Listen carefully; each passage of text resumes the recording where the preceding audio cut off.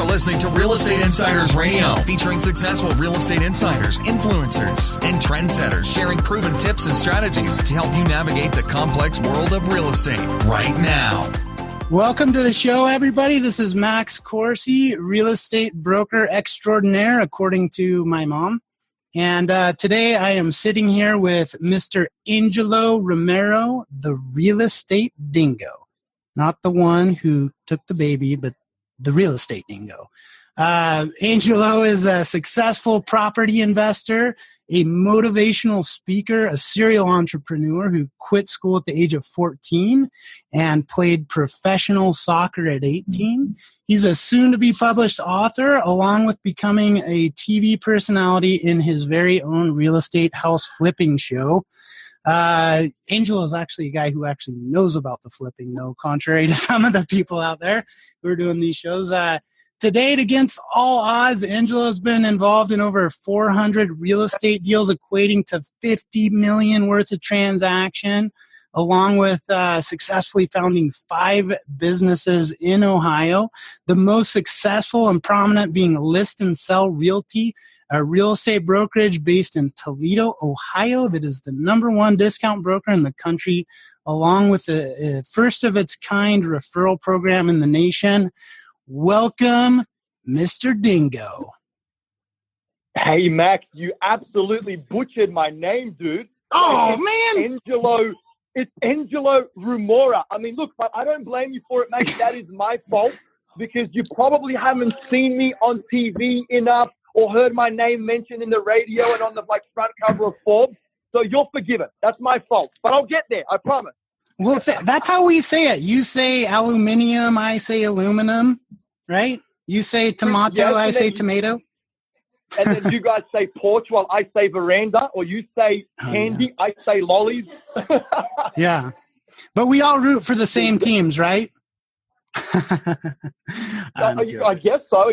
Except, mate, I'm a soccer fan, though. So that egg-shaped ball that you guys have here, and then you wear those helmets and protective gear, I mean, that's not the world sport. I mean, you don't know where that thing's going to bounce or how it's going to spin. I mean, we got to do the whole round ball soccer thing.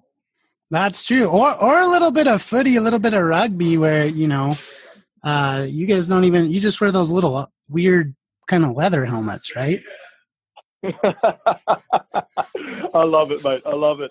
So, Engelo, what I really wanted to talk to you, although I would like to talk about dingoes and Aussies and stuff like that, but I want to talk to you a little bit about flipping. I know you've flipped a lot of houses, and Ohio's kind of a bit of a hotbed for that and has been, especially after the recession hit. And so why don't you just tell us a little bit about how you ended up, kind of making it from Sydney to Ohio? Well, mate, yeah, look, so pretty much, Max, I started my real estate endeavors in Australia. And I was building a very large portfolio, and I did that in a short amount of time. And the media over there, proclaimed me as this whiz kid. I mean, I built a $1 million portfolio in only 6 months. But to be honest with you, mate, I was doing that for the purpose of being able to, call myself a real estate investor and an entrepreneur, because the title would enable me to feel good about myself and pick up a lot of chicks, right? And when I think back now, I mean, why do we invest in real estate, mate? I mean, we invest in real estate to make money. We invest in real estate to supplement an income that we're getting from a 9 to 5 that we don't want to be working in. So I was young, I was dumb, and I was going about it in the wrong way. And luckily, how so? I woke up and smelled the roses. Well, because I was getting into a ton of debt, Max. I was buying high, refinancing, pulling out the equity, hoping to sell higher, using that equity to buy another property, getting into more debt, and no one knew that I was bleeding money every single month, right? Because that was kind of a cover-up story. And when you look at the U.S. market, a lot of folks did that in 2005 and 2006. They never thought the bottom was going to fall out.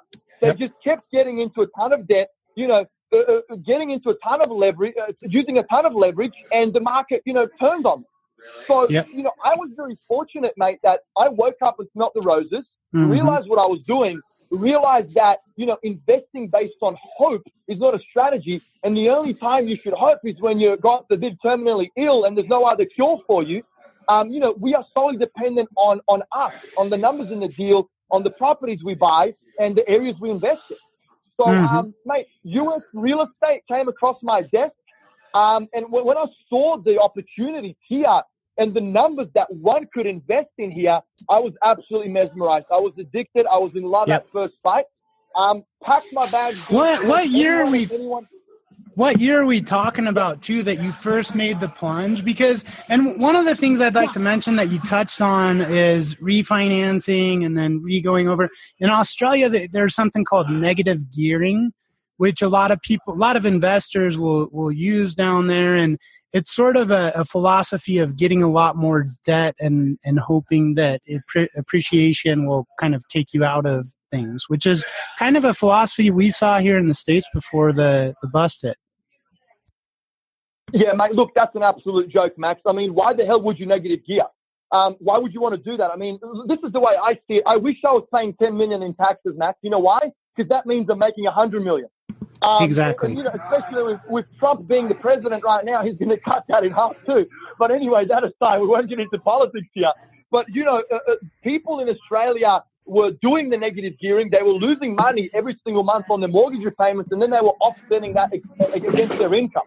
Right? Yep. So, in my opinion, that's just a strategy for fools, and that's just a strategy for someone that doesn't know what they're doing. I mean, here in the US, mate, and in general, mate, in the entire world, there are so many opportunities out there. Pay your bloody taxes. Because if you are paying taxes, it means you're making a killing. You're making money. That's right. The goal should be to make money and, pay taxes.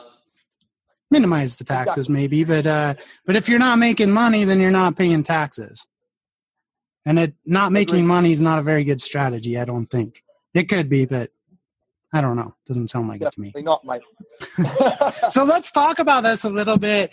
I know that you're a pretty sophisticated investor. So when you were coming over to Ohio, what kind of cap rates were you seeing, say, in Sydney or Brisbane or Perth or Adelaide compared to what you could see here in the U.S., in a city like Miami or New York or for you, Toledo or other parts of Ohio?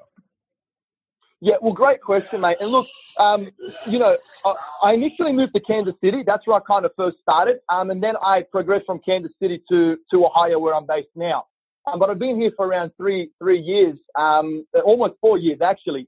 And look, you're looking at, it just depends on the market, right? In Australia, you've got, the market is considered on a macro level. So what that means is anything around downtown Sydney, for example, where I'm from, and we call it the Central Business District there, property prices are going to be ridiculously expensive. So like over $1 million Australian, probably, right? $1.1 million is the average median house price right now in Sydney. That's how ridiculous it is. And what are you getting at 1.1 million, just for an idea for the listeners?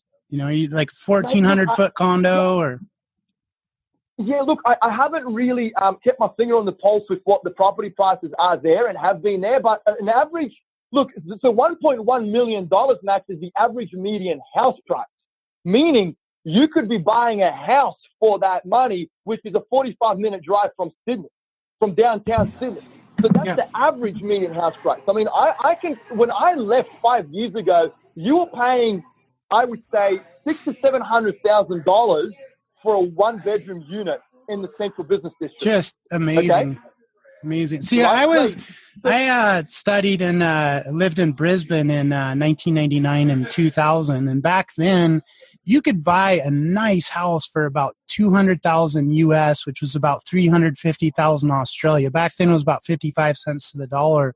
Today, that same house would probably be $900,000 Australian, which is probably about $800,000 US. So, I mean, I think it's pretty clear that Australia over the last 10 years has drastically outperformed the United States in terms of gains.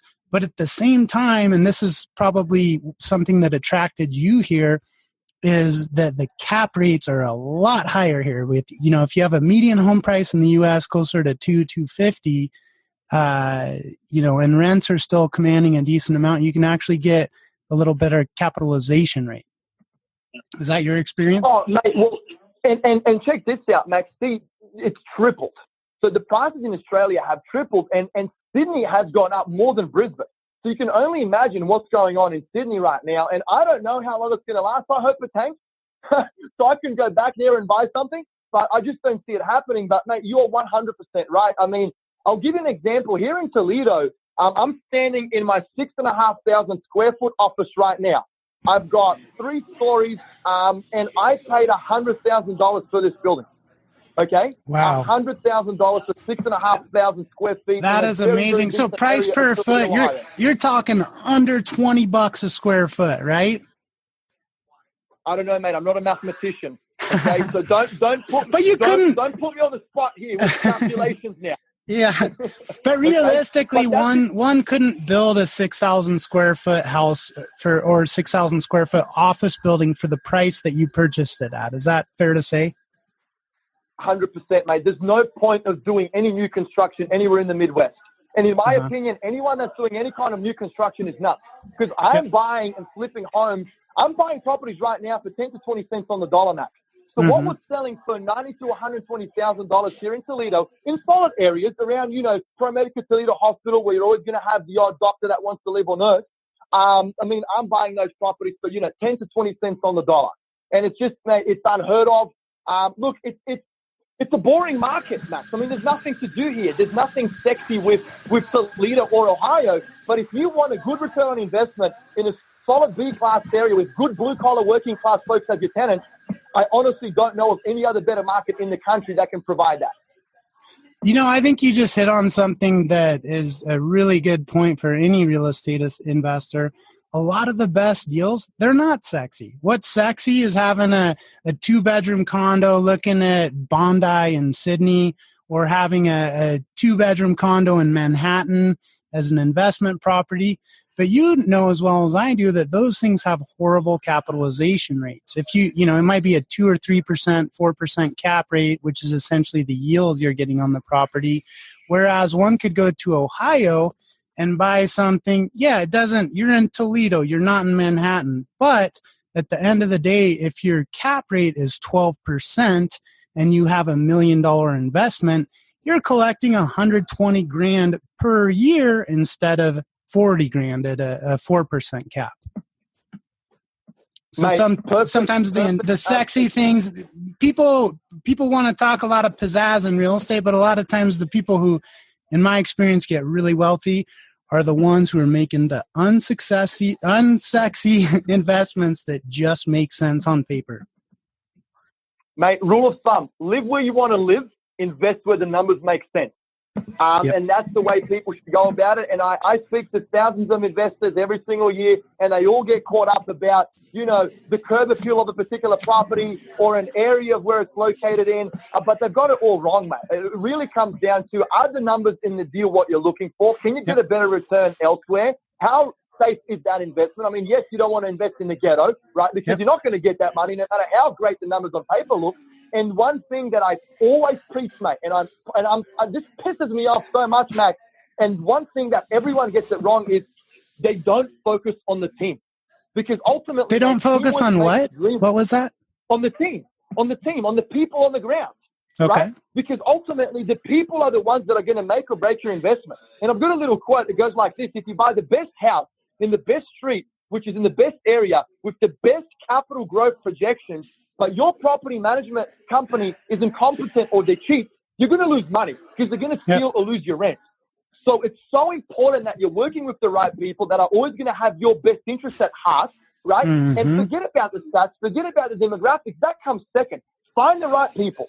Establish relationships with the right people, and they will always look after you. That's another really important point that you just hit on, because if you think about it, let's say an investor, let's say I want to put $1 million in Ohio, right? And, buy some properties down there. Let's say that you can get a 10% cap rate on it, which would give me $100,000 a year. Well, if it's managed crappy, I might only get 70 a year. And, sometimes, why don't you take us through how property managers actually work? So, a lot of times property managers, they're going to charge a certain percentage, right? So let's say I have $1 million worth of apartments in Ohio, and I'm going to have a property management company do it at 7% per month, and say that the rents are,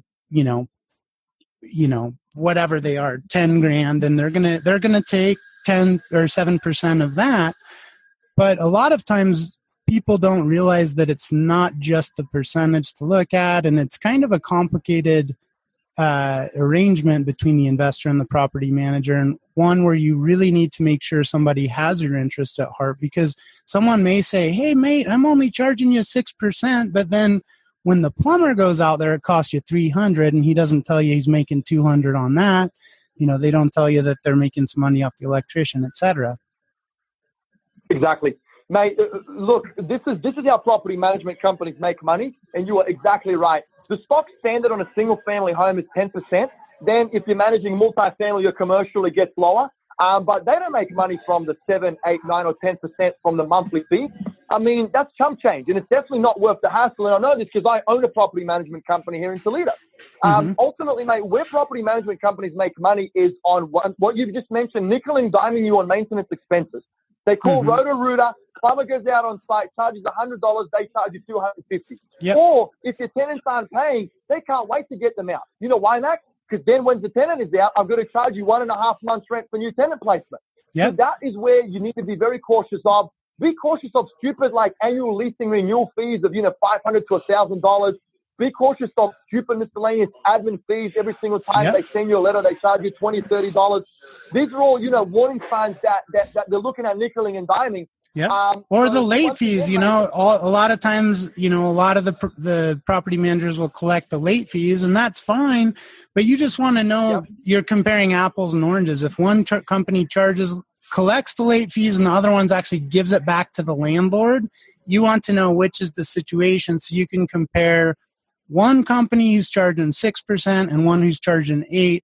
It could be the case that at the end of the day, the one charging 8% is actually cheaper than the one charging 6%.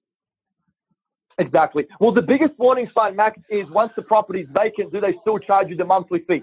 And too many of them do. And that's a huge warning sign, just because there's no incentive for them to get that property tenanted. They don't care if it's vacant. They're still charging you 10% or 6% of the previous rent. And I've seen that happen way too often, man. And to be honest with you, Max, as I said, I speak to so many investors. I feel like the Red Cross.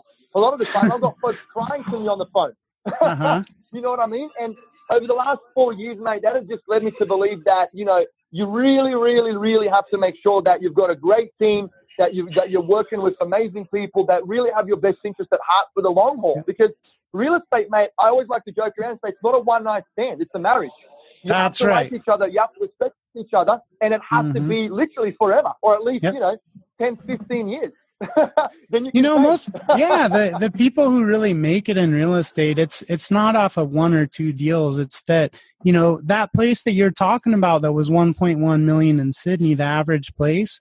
Well, somebody back in the 70s probably bought it for $100,000, and they got rich very slowly from, 1970 to 2017. It didn't happen overnight. And so a lot of times, it's, I think, really good to have a long-term horizon when you're dealing with real estate, just so that you can kind of keep your expenses down and, a variety of other issues. But so definitely, mate, 100%. So tell me, like in Ohio, you mentioned that you have a property management company. What do you guys do? Do you charge a percentage fee, of the rent? Yeah, mate, we only started making on property management like 6 months ago. So for 3.5 years, I did not make any money on property management. And we only set it up to complement our other sales that we were doing through Ohio Cashflow, which is my turnkey real estate investment company. Ultimately, mate, we started charging more now because my company grew. I've got 10 full-time staff, so I need to cover those overheads.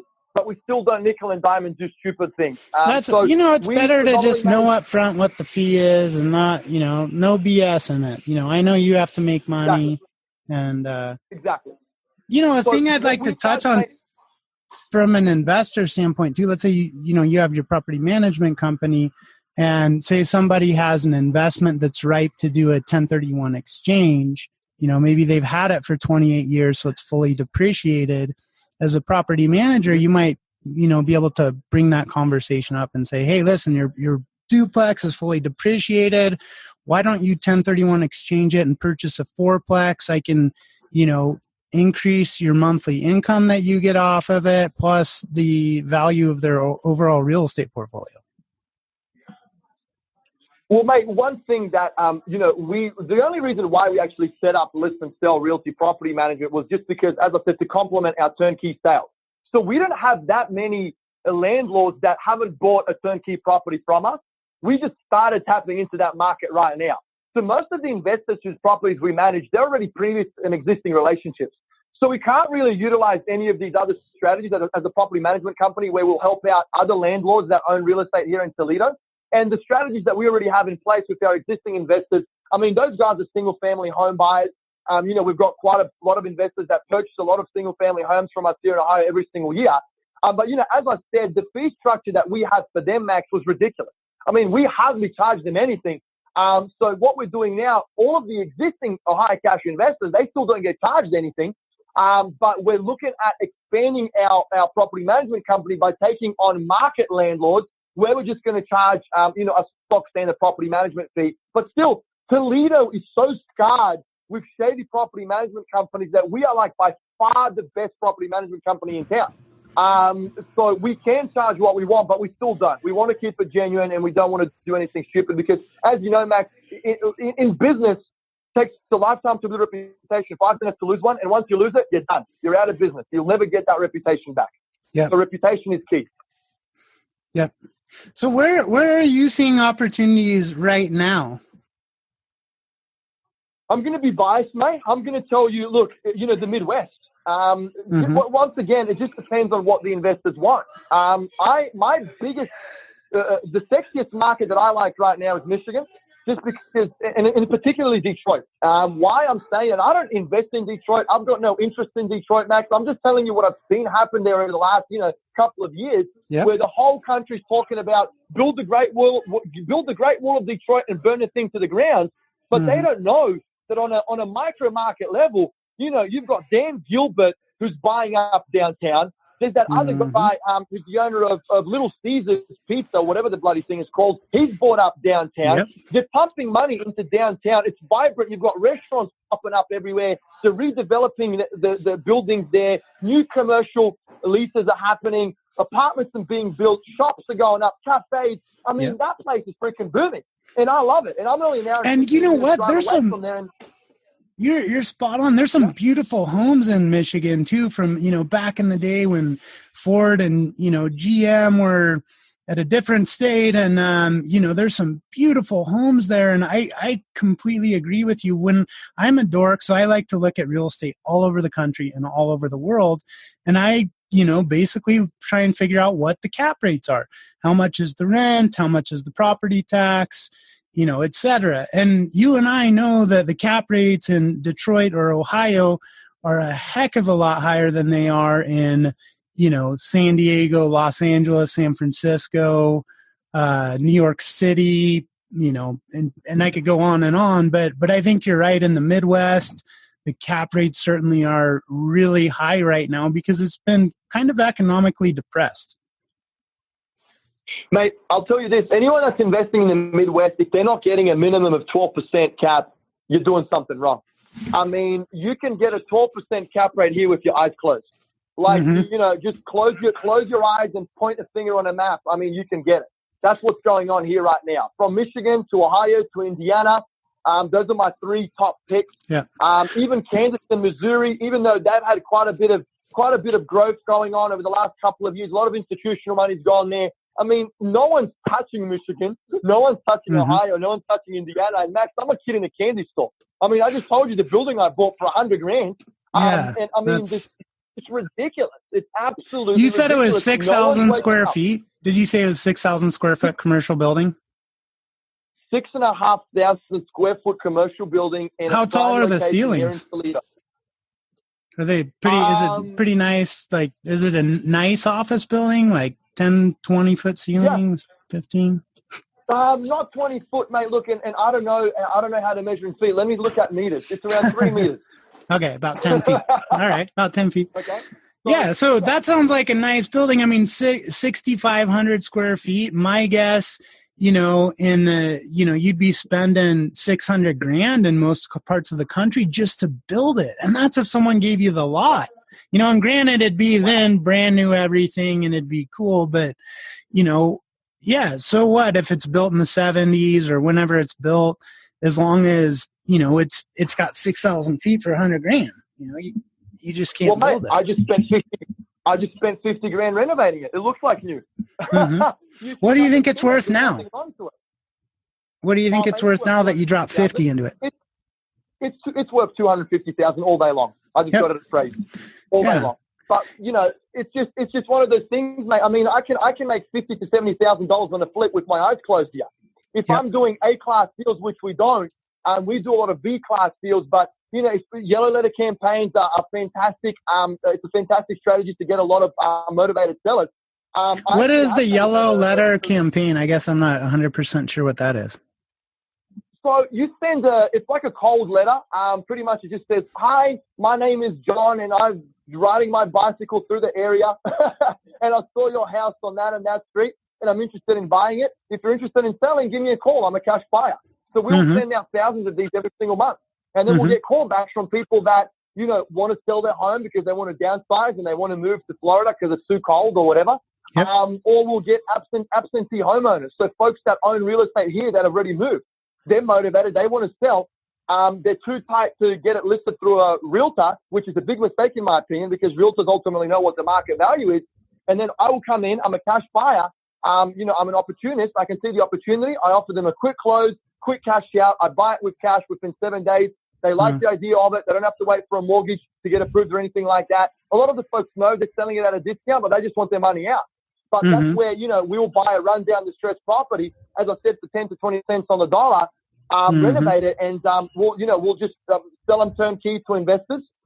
We keep the property price at market value when we sell it, and they will get, a 12% return on investment. So that's kind of my bread and butter business model. But there's a lot of flippers here that don't necessarily package up property management with every house they sell. They just do an A-class flip, meaning they'll buy a higher-end property in a higher-end area, do a higher-end renovation, list it on the MLS, and then sell it to a homeowner. And I can tell you right now, Max, there are properties here where you can make $50,000+ with your eyes closed if you are doing A-class flips. And people are still buying here. The lenders are still lending. So look, the thing is, no one knows about this, which is great. I hope they never wake up and smell the roses, because then the opportunity for me is going to run out. I'm doing it all day long, mate, and I'll repeat it again. I feel like a kid in a candy store. Yep.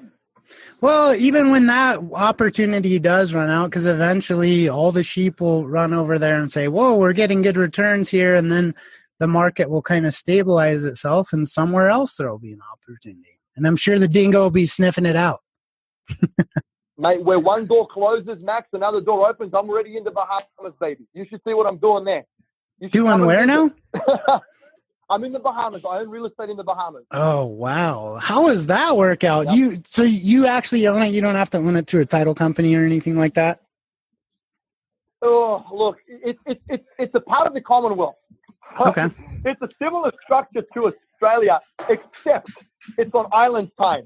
So it takes 6 months to close any transaction. Your closing statement is like a one-page doc, and everything's written wrong and spelt wrong. Do you get a pretty decent return over there?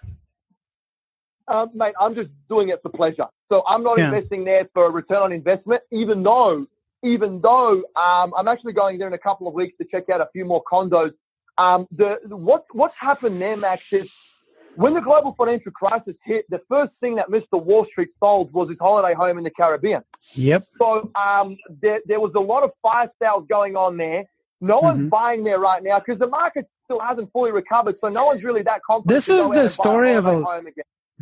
story of a lot of vacation properties throughout the United States, whether you're talking about Hawaii, Sun Valley, Idaho, Tahoe, maybe not Tahoe, but a lot of the vacation areas still are kind of not quite back, but I see an opportunity now with the emergence of Airbnb and VRBO where people can purchase those vacation homes and rent them out on a daily, weekly, or monthly arrangement on shorter term arrangements to essentially compete with a hotel. And I've actually heard of a lot of people buying vacation properties and getting nice returns on them through short-term vacation rentals. Mate, I've been hearing a ton about Airbnb. I haven't dabbled in it, but since I'm buying quite a few properties in the Bahamas, I'm going to start trying out Airbnb. I'm also going to try out, I think it's called VRBO. Yep. Or Vacasa. There's a company, Vacasa, that will manage the entire property for you, and then they'll send you a check in the mail. I think they charge about 30% to manage it, not 6 or 10. So people complain and moan about how high property management fees are for a yearly lease. But when you get into those daily leases, you have to send a cleaner out there every couple of days. You got to go check on the property, make sure no one burned it down. So it's a lot more work. And consequently, those management fees are a lot higher. And it's something to take into consideration, not just look at the income, but also look at the expenses, right? Definitely, mate. And look, let's do another follow-up in around the year, and I'll tell you how I've gone with my Airbnb stuff. Yeah, I'd love to hear about it. Hey, you know what? Maybe I'll rent it from you for a night or two. I've never been there, but it's probably amazing. For you, it's free, Max. You don't even have to pay. No, I wouldn't. Oh, okay. Actually, I will do that. My fellow Aussie. Fellow Aussie. Yeah. Hey, I would love to have the opportunity to buy real estate in Australia. And I still look at Australian real estate compulsively. Not compulsively, but often I'll look at homes in Sydney or Brisbane or, Melbourne. The realestate.com.au is a really good source to look at properties for rent or sale. But what do you think about the Aussie market? Don't touch it. Run. Yeah. You know what? I feel the same way. If it felt really cheap when I was there in 99. And right now I look at these, at 1.1 million in Sydney, what kind of rent are you generating? Right? What's that place rent for? Does it rent for $3-4 grand a month? And at 1.1 million in Ohio, how much rent could you get in comparison to Sydney for 1.1 million? Yeah, mate, great question. But as I said before, I don't know the rent stats. I really haven't been following it. But, I can tell you right now, you are looking at a 10 to 12% cap all day long here in Ohio, which is around $100,000 to $120,000 in annual income. If I'm going to guess, I just spoke and that's after expenses too, right? That 120 is after you pay your property tax and after you pay repairs, electricity, whatever. Yes, you have to include maintenance and vacancy statistics there. So I would say you're looking at around a 9 to 10% net, giving you a margin of safety. And that is kind of net before tax. But with Australia, mate, look, I spoke to my dad. Dad still lives there, and I believe he was going to sell his condo, and don't quote me on this, and go and rent a house. And I believe, because over there it's weekly. As you know, it's not monthly like it is here. The rent here is paid monthly. In Australia, it's paid weekly. And I believe he said he was going to go rent a house in French's Forest, which is around 25 minutes from downtown Sydney and around 25 minutes from the beach. It's a very, very nice area, very solid area. I think he said he was going to pay like around $1,000 a week, approximately, which would be around $4 grand a month, $48,000 a year. After you do all of your expenses, you're lucky if you're netting 20 grand.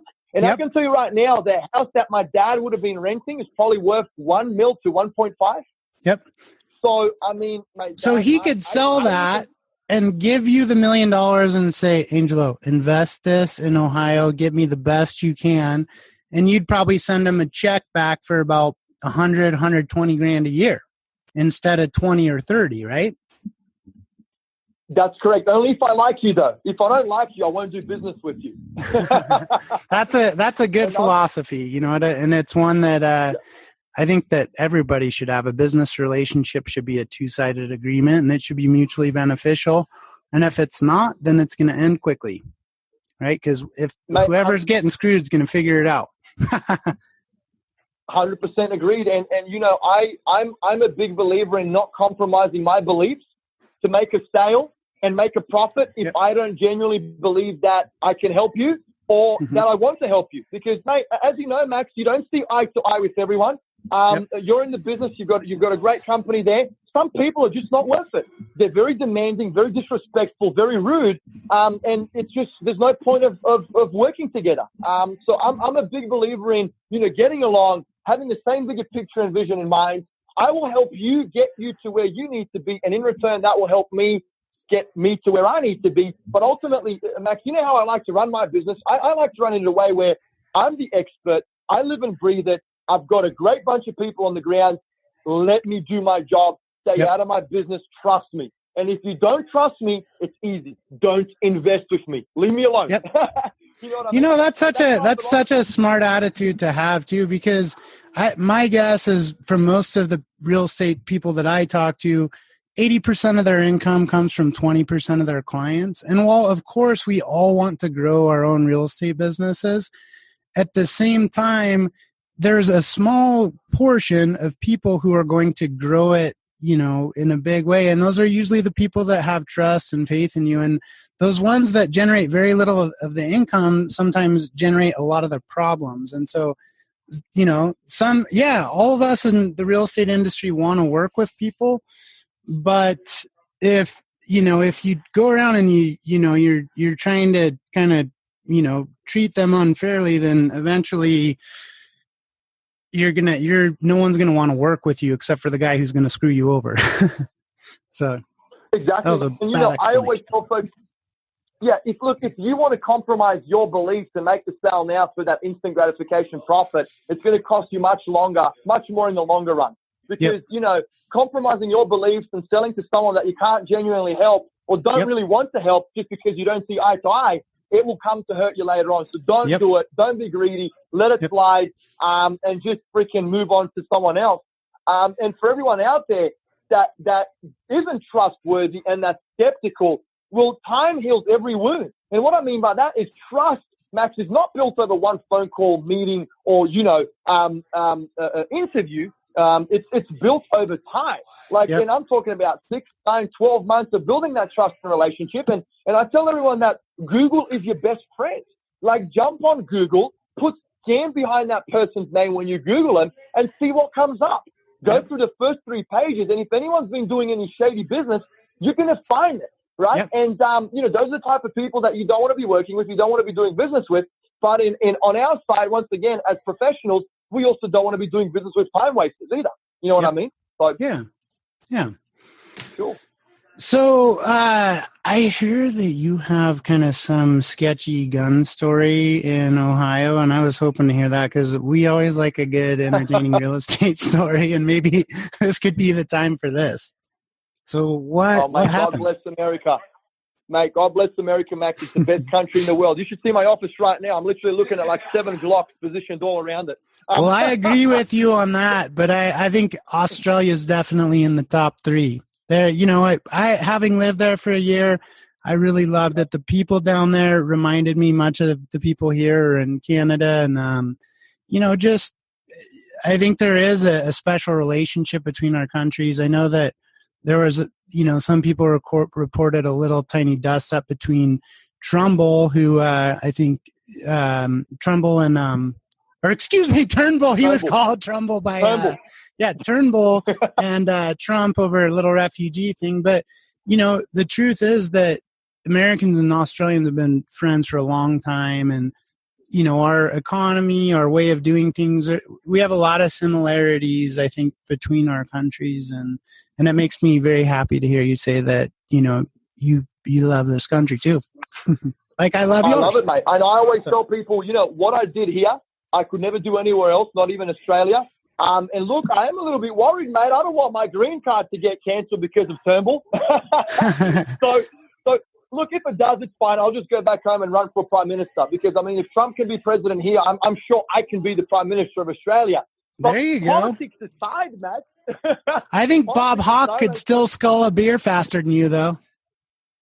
Oh, mate, I don't drink beer. Scotch. Give me Scotch. Okay. That's me. Johnny Black. Black, mate. But, nice. Look, so funny thing is I rocked up to this real estate event. Mm-hmm. And, I've already been to a couple of them. So they kind of knew who I was. And look, Toledo's a bit of an old boys town, right? They don't like young and upcoming kids like myself. You know, I'm only 29 years old. So if you kind of come here and you start doing great things and you start doing good business, they want you out, right? Yep. So I came to this event, sat down with Dominique and one of our employees, and this guy, you know, leans over and he says, "Who do you think you are coming to my country and taking food off my table?" And I was like, "What? What are you talking about, mate?" And I was like, "Well, who do you think you are coming into my country, buying all of these properties, renovating them, and selling them? I want to be doing that, and you shouldn't be doing that." And, you know, he said, "You know, I can have you shot right now if I want it." And I was like, "Hey, really? You know, what's going on here in Australia? You know, we have to get close and personal, stab you in the stomach and, you know, drag it upwards because," sorry for the graphics there, guys, but yeah, we don't have guns over there. Like, yeah. And Aussies' perceptions of America, too, would you say it's kind of safe to say? I remember when I lived there, people would say, "Have you ever been shot at?" You know, or have you ever? So the perception there is that it's just like war over here, which it's not, as you know. But still, that's not the type of situation you'd be running across on in the streets of Sydney or Brisbane or wherever. No. Yeah, so that was kind of a little bit of a weird experience, mate. And you know, I'm not a guy that kind of gets scared of stuff like that. So as Dominique and my employer kind of standing up to walk away, I kind of pulled my chair in close and I said, "Can you please tell me how you intend on shooting me and what the plan is for that?" So obviously the guy lost his chops. There was something wrong in his head. We pretty much went straight to the police station. And funny thing is here, listen to this, Max. You know, we told the cop what was going on. And the cop told us, "Look, if you see this man on your property, you shoot to kill." And I was like, "What?" He's like, "Yes, you shoot to kill. Front, back, we don't care. Shoot to kill. No one's allowed to threaten you. And if they come onto your property, you have the permission to shoot to kill." And I was like, "Damn, I need to go get some guns." So as I said, and plus I heard that guns are a good investment. So man, I just stocked up on a ton of guns. So anyone that wants to come and visit Toledo, they can check out all of my guns. They're everywhere. Nice. Well, I'm sorry. I'm sorry that someone would say that. I mean, I always think what makes this country great mainly is it is the land of opportunity where people can come here to have a chance to basically, you know, work unfettered and, you know, in their capitalistic pursuits, you know, as long as they're not hurting or doing any harm to others. And so, you know, I hope that, you know, that's not a common experience for you to ever feel. You know, Max, there's idiots everywhere, right? There's idiots everywhere. And it's just, it is what it is, mate. Those are the types of people that we need to be cautious of. We need to, you know, be very diplomatic in our replies, dismiss the situation, diffuse it, and get out of the way. You know what I mean? And of course, after instance like that, put all of the necessary precautions in place where you're protecting yourself, you're protecting your loved ones. But ultimately, mate, Australia, America, Bahamas, it doesn't matter. You will run into idiots not every single day, but you will run into idiots, and you just got to, you know, avoid them. So, yeah, that is true. There's not very many idiots where I live currently, I will say, but I have seen a lot of idiots around the world. So, another topic I really wanted to ask you about the cheapest house in Australia. Tell me the story on that. Okay, so it was actually one of the first properties that I ever bought, mate. And so, you know, as we kind of touched on, Australia is a very expensive market. So you can't buy cheap properties there, right? They just don't exist. And I remember, because I couldn't get a good return on investment in Australia, I kind of started looking at where can I find a good return on investment in Australia before I, of course, stumbled across the US market. And there's this little cotton town.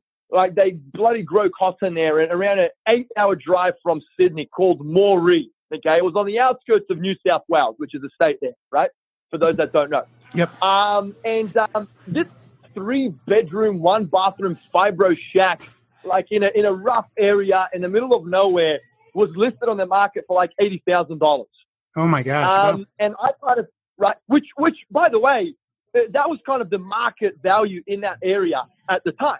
Okay. Mm-hmm. So this would be an economically depressed area of Australia, not like Sydney or Melbourne, which are very cosmopolitan and where the economy is just pumping.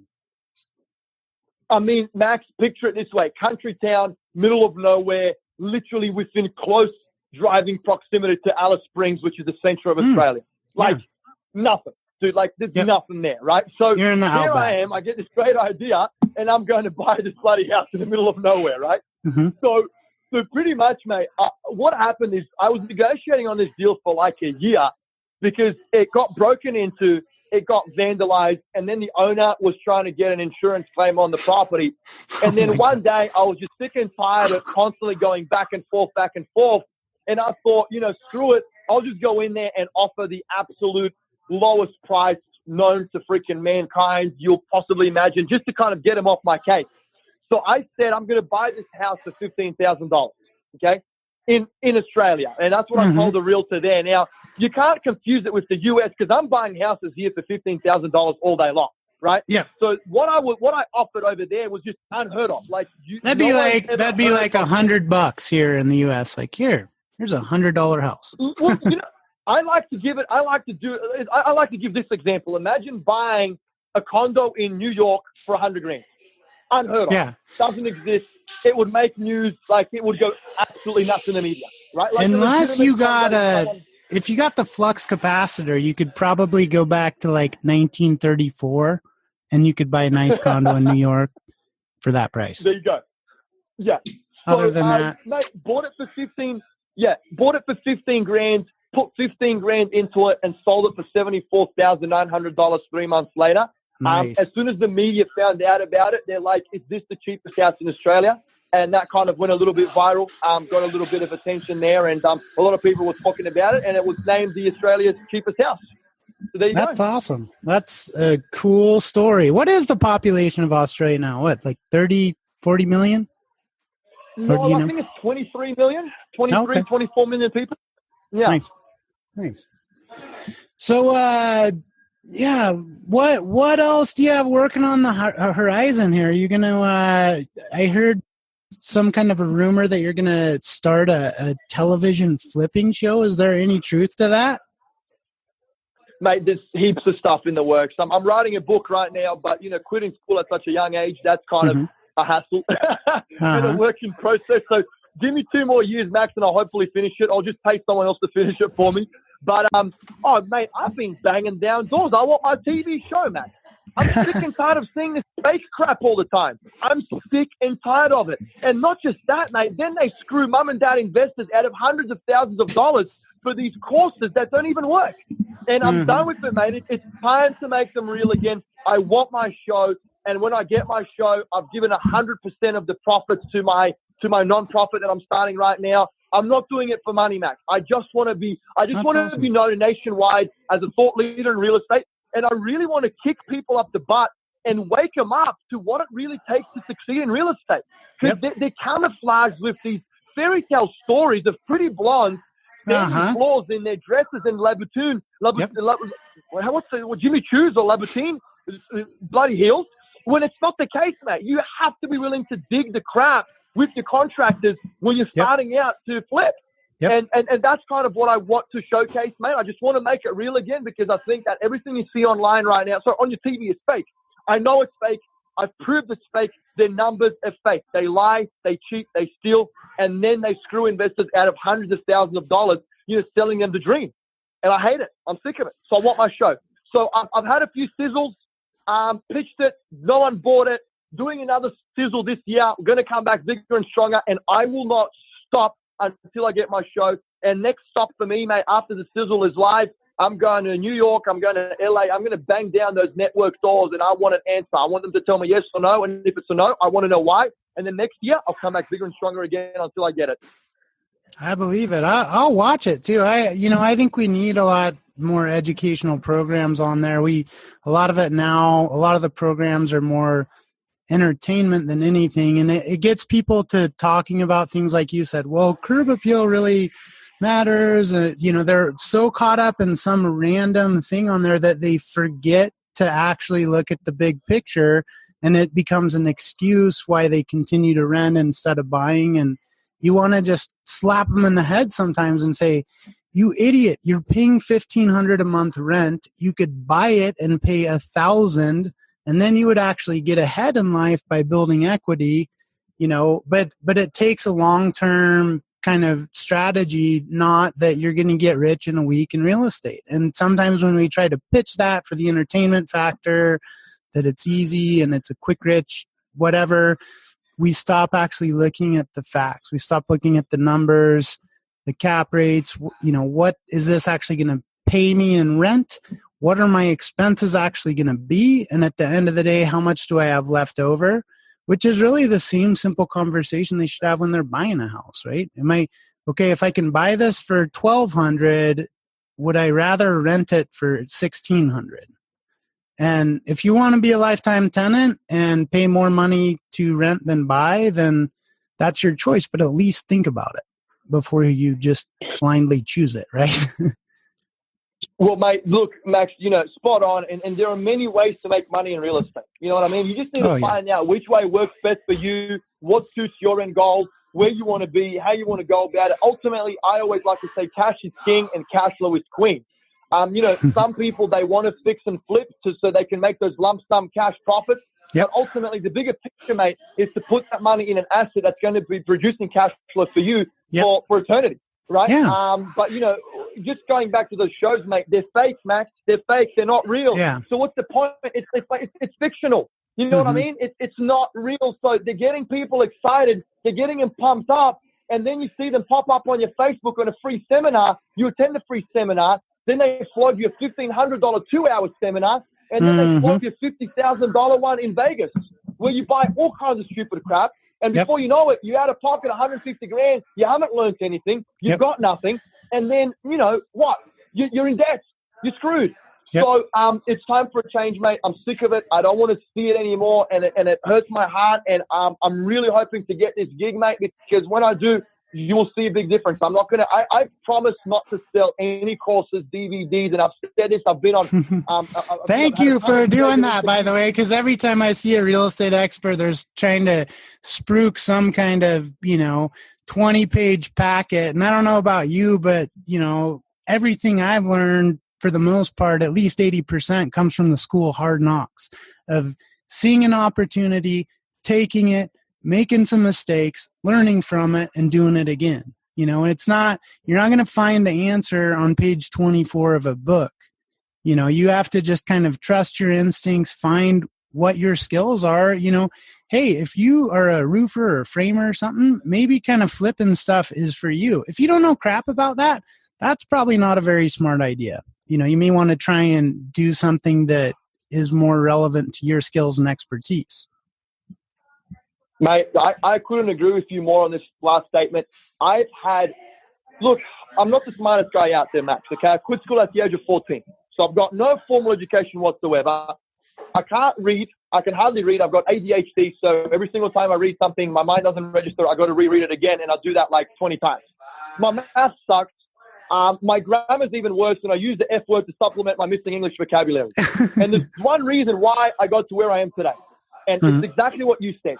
I take action, I fail, I figure out what went wrong, and I restart again, and I try and not make the same mistakes. And I absolutely work my ass off every single day, all day long. Thank you very much, too, for saying, not saying, you know what, once you read this book, you're just going to sit on your ass and do nothing, and the checks will roll in, because you and I know that's BS. You have to actually, manage this and invest, do it all yourself if you really want to succeed. You have to actually be aware of it. Who is your property manager? What are they doing? Are they screwing you over? What is your plan? Where is there an opportunity to move another asset to increase your cash flow or decrease your expenses or improve your situation? And if you're not constantly head on a swivel looking for opportunities and taking them, then you're living somebody else's idea. And, our own ideas are the best ones. So I love what you say about just taking action. In your gut when something's a good deal, right? Well, mate, think about it this way. This is what folks need to ask themselves. Why the hell are they selling these courses? Wouldn't they make more money doing it if it was true? Right? I mean, wouldn't you make more money doing it if it was true? You don't have an exactly. If you're making $100,000 per property and you're doing, 200 of them a month, why are you trying to sell me a $500 seminar? Exactly. So there's obviously something missing there. There's something not right. And I've got another little saying, mate. Check this out, Max. If you're sick, where do you go? You go to a doctor, right? Yep. You don't buy a book how to get better. If your car breaks down, where do you take it? You take it to the mechanic. You don't go to a seminar on how to fix your car. If you want to learn how to make money in real estate, go talk to Max or come and pay me an absolute fortune because I'm going to charge. That's the only thing I'm going to charge, Max. When I get my TV show, I'm going to charge consulting fees. There you go. Okay, but I'm not writing any courses. I'm not selling any DVDs. I'm not doing any seminars. If I speak in public, I'm going to give away my book for free, and I'm going to deliver value to the audience, right? So that is my belief, mate. And yeah, and that's a much better way to do it. I mean, you're not going to get an expert for free, and it kind of reminds me of the financial sector. You have a financial advisors that you can actually pay an hourly rate or something, and they're going to do what's in your best interest. And then you have other ones who are like, oh yeah, this is all going to be free.